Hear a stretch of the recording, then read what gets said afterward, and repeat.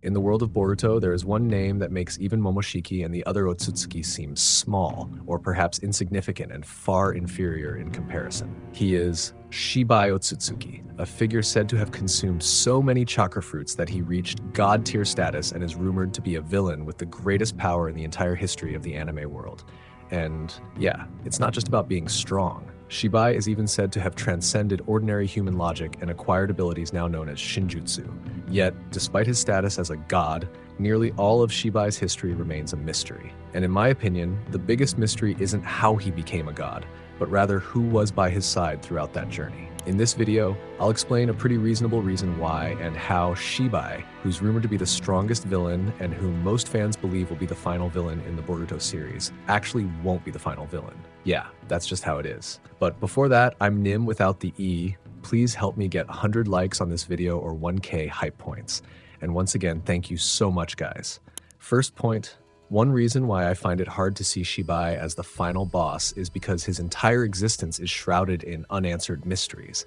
Up until now, information about him has served more to raise new questions than to provide answers. And in my opinion, the biggest mystery is the existence of his partner. We know that the Otsutsuki system has always operated in pairs. I mean, they come to a planet, or even Earth, perform the God Tree ritual, and then continue their evolutionary cycle by planting the Shinju tree and producing chakra fruits. If Shibai managed to reach God tier after consuming so many chakra fruits, then logically there should be another individual involved in that long journey. Yet strangely, the manga has never once mentioned who that person is. It's as if a crucial part of Shibai's history is being deliberately hidden for a bigger reveal in the future. And the point is, that's exactly why I feel Shibai is better suited to be a legendary figure rather than the final antagonist Boruto will defeat. His role in the current story is like a trail leading to something bigger. When a story continuously builds mystery around a particular character, the end goal is often not the character themselves, but rather what or who is connected to them. Shibai's partner could still be alive even now. Or perhaps the opposite is true. Yeah, that's at least what's still a wild assumption among fans so far. And because of that, it's possible he knows secrets that even Momoshiki or even Amado himself, who has been confirmed to have used Shibai's DNA to create Shinjutsu abilities through his cyborg creations, don't yet know. Or even more extreme, he's the figure who's been operating behind the scenes all along and has a goal directly tied to the evolution of the Otsutsuki. If that's true, then Shibai isn't the final boss of this story. He's just a big name used to divert our attention to the real villain who hasn't been shown yet. Yeah, that's at least the first point. And for the second point, I think this is where this theory starts to feel far more interesting than the scenario where Shibai suddenly appears as the final enemy. All this time, Shibai has always been portrayed as a figure who has transcended the boundaries of normal life. He has even abandoned his physical body because he has ascended to a higher dimension. If that's the case, then what is the actual purpose of bringing him back to the battlefield? Especially in the conflict between Boruto and the Shinju, it's hard to imagine a character who has reached such a high level of existence descending back down just to become an opponent who must be beaten until defeated by the protagonist. A role like that feels far too small for a figure who has been built up as the legend behind the origins of Shinjutsu. That's why I see Shibai more as a figure who reveals the secrets of Boruto's world rather than as the primary threat standing at the forefront of the final conflict. On the other hand, Shibai's partner has the potential to be a far more compelling antagonist narratively.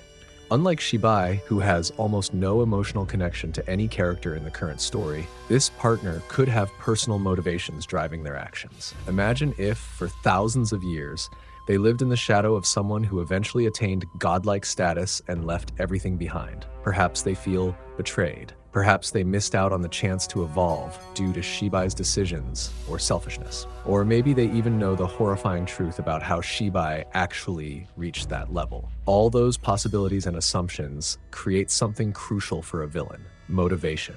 Rather than simply presenting a massive threat due to overwhelming power, the story would have an antagonist acting out of their own goals and beliefs. And typically, it's enemies like that who leave the strongest impression in a story, because they not only test the protagonist's strength, but also challenge their perspective on the world, right? And for point 3, the biggest reason this theory makes sense is that the existence of Shibai and his partner can fill in many of the mystery gaps that remain unanswered to this day. We've been told that Shibai reached God tier after evolving countless times across many planets and through many chakra fruits. That wasn't a process that happened overnight, but a journey that likely spanned an unimaginably long period. And if the pattern consistently shown by the Otsutsuki clan holds true, it's very hard to imagine such a massive journey being undertaken entirely alone. That's precisely why the existence of a second figure feels increasingly suspicious. The greater Shibai's achievements, the bigger the question becomes about who was by his side during that process. To me, that mystery feels too important to simply dismiss as an irrelevant detail. What makes it even more intriguing is how this figure has the potential to be connected to nearly all the biggest mysteries currently being built up in the manga. So far, Shibai has primarily served as a source of explanation regarding the origins of Shinjutsu and the highest level of evolution among the Otsutsuki. However, he hasn't truly answered how various events in the modern story could have occurred. How was his body discovered? Why are the remains of his body still in the physical world? Who was the first to learn of his existence? And most importantly, how did Amado gain access to something that should be beyond the reach of ordinary humans? If anyone knows the answers to all those questions, the most logical candidate is an individual who once had a direct connection to Shibai.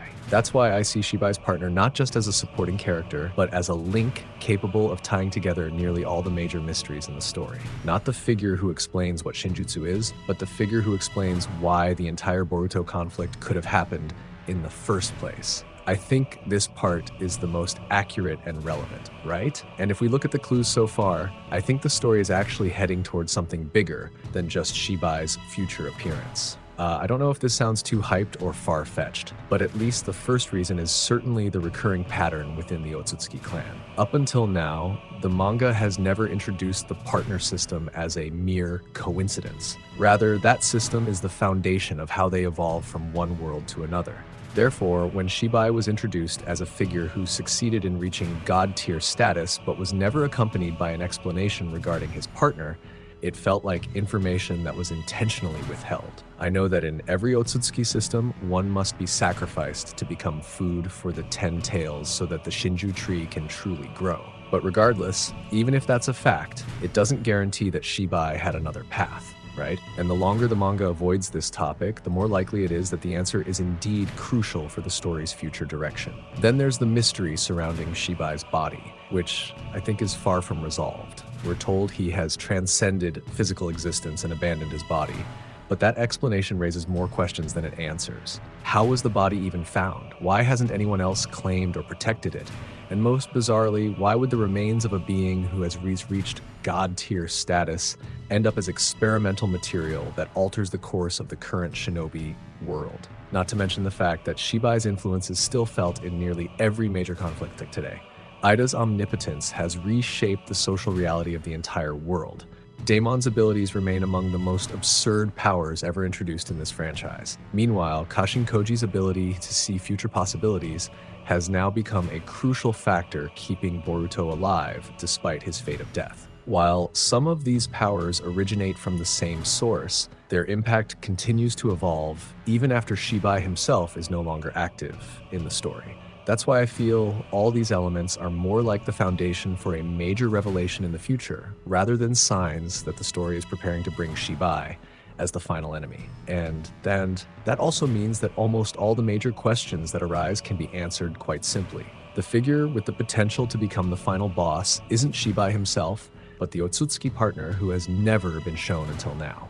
That character could be the missing piece of Shibai's history, as well as the link between the Otsutsuki clan's past and the conflict currently unfolding in the Boruto era. Their presence wouldn't feel forced either, as the groundwork has already been laid. The deeper the story delves into Shibai's body, Shinjutsu, and the evolution of the god tree, the greater the likelihood that a figure directly connected to Shibai will emerge. In other words, their appearance could be a natural outcome of mysteries built up over time, not a new threat suddenly appearing at the last minute. Most importantly, a character like this possesses something a major antagonist typically needs: a clear objective. Perhaps he wants to reclaim the power he believes is rightfully his. Perhaps he harbors hatred toward Shibai due to events that occurred thousands of years ago.